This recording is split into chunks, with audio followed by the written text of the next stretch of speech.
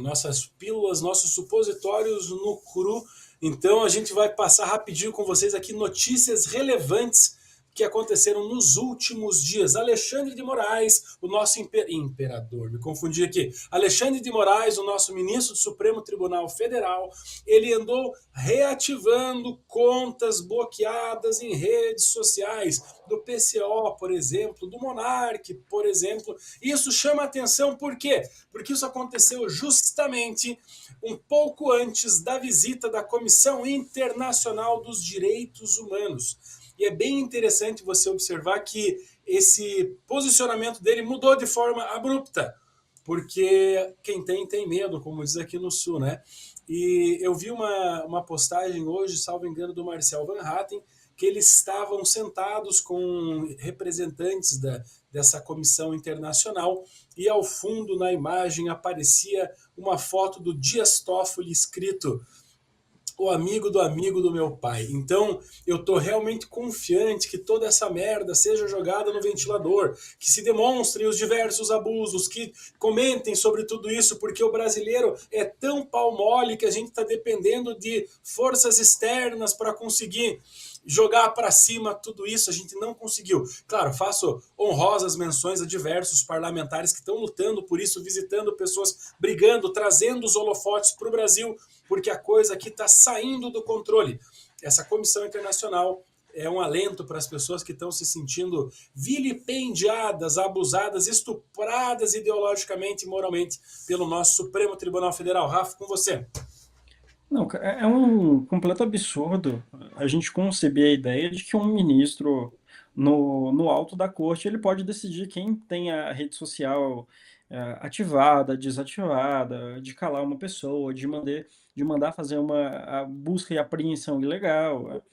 A concentração de poder que a gente tem hoje nas mãos do STF é uma coisa sem precedentes históricos, né? Nem as monarquias absolutistas o rei tinha tamanho de poder. Então é um completo absurdo que a gente vê. Então isso só reforça o que a gente vem denunciando há muito tempo. É preciso parar a Suprema Corte. A gente precisa tirar esses poderes, não apenas da Suprema Corte, mas no Estado de maneira geral, porque isso está evidenciando o que o Brasil hoje é. O Brasil ele é uma ditadura não mais de forma velada, mas escancarada. O Alexandre de Moraes, quando ele quiser, ele fala: eu vou liberar, você pode falar. Não pode mais, eu vou fechar. E isso coincide agora com essas avaliações sobre a liberdade de expressão dos países, né? E eu vejo isso como um péssimo sinal. E por muito menos pessoas pegaram em armas no passado, né? Infelizmente, ou felizmente também, né? O brasileiro não tem a coragem devida para fazer aquilo que moralmente deveria ser feito. Contigo, tua pílula, vai lá. Eu vou trazer uma notícia boa, né? Recentemente recebi notícias de alguns amigos aqui de Minas. Vou deixar um abraço especial para o Caio Coelho, que é diretor lá na Secretaria de Desenvolvimento Econômico. Minas Gerais atingiu a marca de 500 municípios que aderiram ao programa de desburocratização e de liberdade econômica que chama Minas Livre para Crescer. Isso já tem trazido bons resultados para o estado de Minas. A Minas é o estado do Brasil que mais tem atraído investimentos privados, né? Então, grandes empresas como Gerdau, Mercado Livre, Amazon e outras têm vindo para Minas Gerais. Então, existe um número, né, que eles sempre mostram na apresentação, que é como que a geração de empregos cresceu nas cidades que aderiram ao Minas Livre para Crescer, que tiraram a burocracia, passaram a aderir algumas boas práticas recomendadas ali pelo governo de Minas, como a aprovação tácita, a remoção de alguns empecilhos burocráticos, e eu acho que isso é um exemplo a ser seguido não só para os outros 483 estados de Minas, mas também para todo o Brasil. Legal, vamos para o próximo. Lula e a utilização dos serviços públicos. Olha que interessante. Luiz Inácio, vou até ler essa frase que é maravilhosa. Ele diz assim: você chega em uma cidade e pergunta, prefeito, como é que está a educação? Ele responde, está maravilhosa. A educação aqui é fantástica. Prefeito, como é que está a saúde? A saúde aqui é fantástica. Aí você pergunta, seu filho estuda nessa escola fantástica? E a resposta, não. O filho dele está em uma escola que não presta, particular. O Luiz Inácio é a cara da hipocrisia, porque os filhos, o Lulinha, filho desse desgramado, estudava numa escola particular. Ele fala do SUS, mas ele se trata no Sírio-Libanês. Até falei sobre isso hoje na internet. É engraçado que ele diz que ele não sente vergonha de ser pobre. Ele tem um patrimônio declarado de 7 milhões de reais. Ele tem previdência privada. Eu não entendo como é que alguém consegue ouvir o Luiz Inácio falar e não ficar com raiva da hipocrisia, da mentira e da cara de pau desse iluminado. Rafael, para você, tua pílula.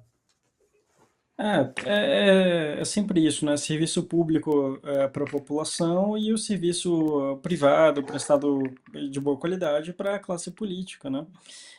E eu acho engraçado, né? Porque daí a pessoa tem a cara de pau de vir falar que os serviços públicos no Brasil são maravilhosos, viva o SUS, as pessoas precisam, né? Teve uma recente, né, que ele falou, as pessoas precisam, a classe média precisa voltar a estudar a escola pública.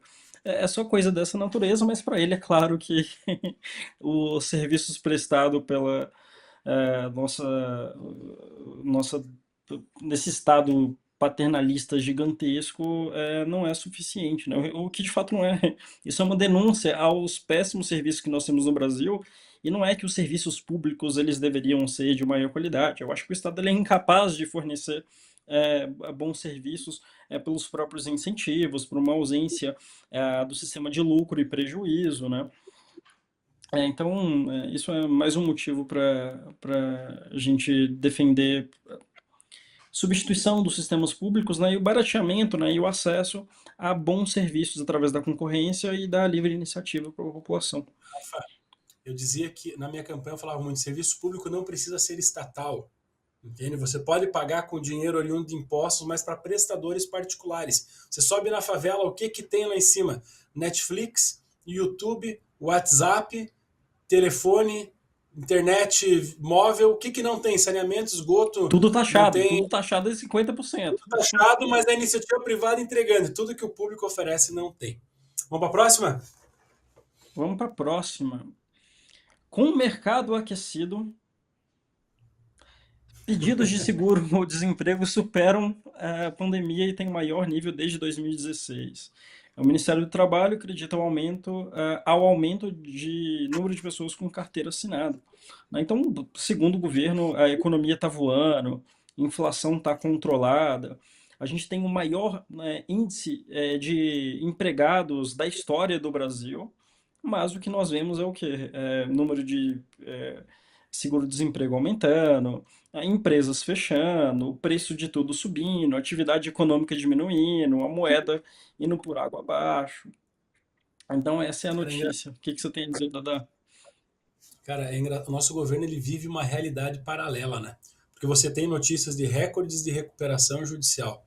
E conforme eu falei antes, legislação trabalhista no talo, legislação tributária é um lixo.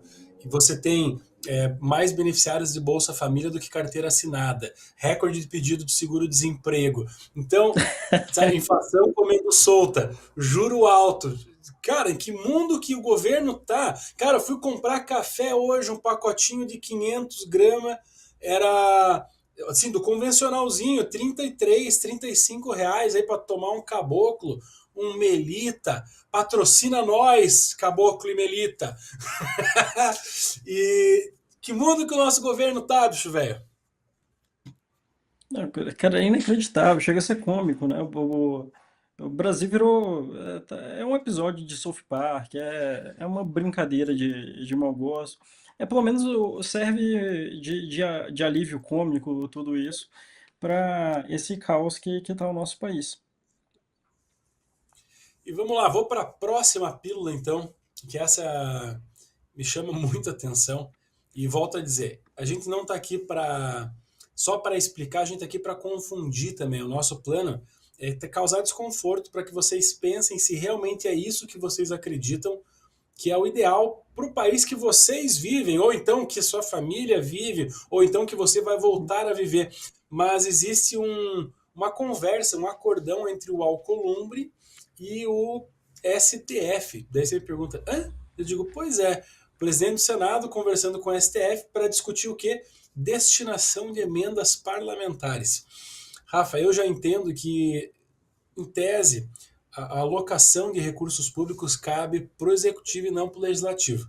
Mas sem entrar nessa parte um pouco mais técnica, me admira o Supremo Tribunal Federal estar participando do ajuste de como vai ser encaminhado. Você, porra, já não cabe para o legislativo e o STF, virou o quê? Virou órgão consultivo?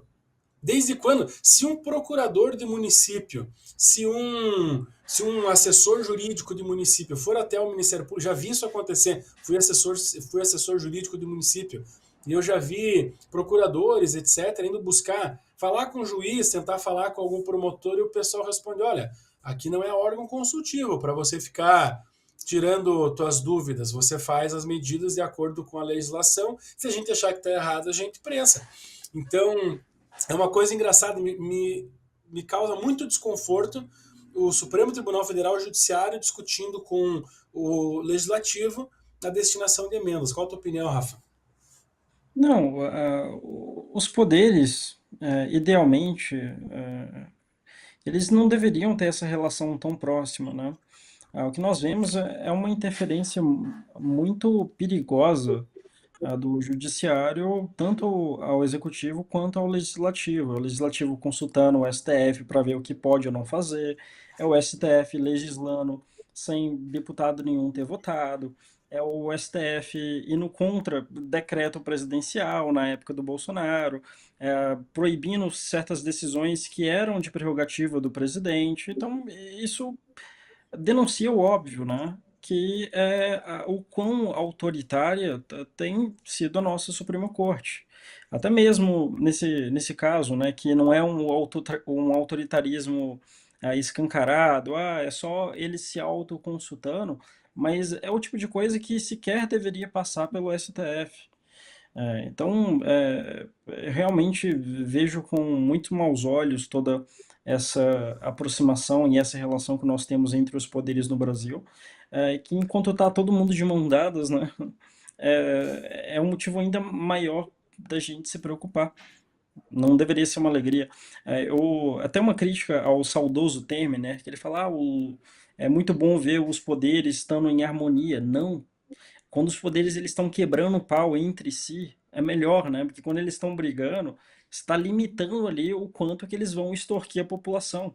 Quando eles estão de mão dada, certamente eles estão aliançados, né, com um objetivo em comum que sempre é contra a população. Existe o Hope falava muito isso, né? O Hope antes dele virar um anarcocapitalista, escrever todos os seus livros, Democracia, o Deus que Falhou, entre outros, ele já foi um marxista na época da faculdade, né? Teve aula com grandes autores ali da escola de Frankfurt, e ele trouxe uma leitura marxista para acerca do Estado, que nessa parte eu concordo. Existe uma guerra de classes muito evidente entre a população civil e o Estado.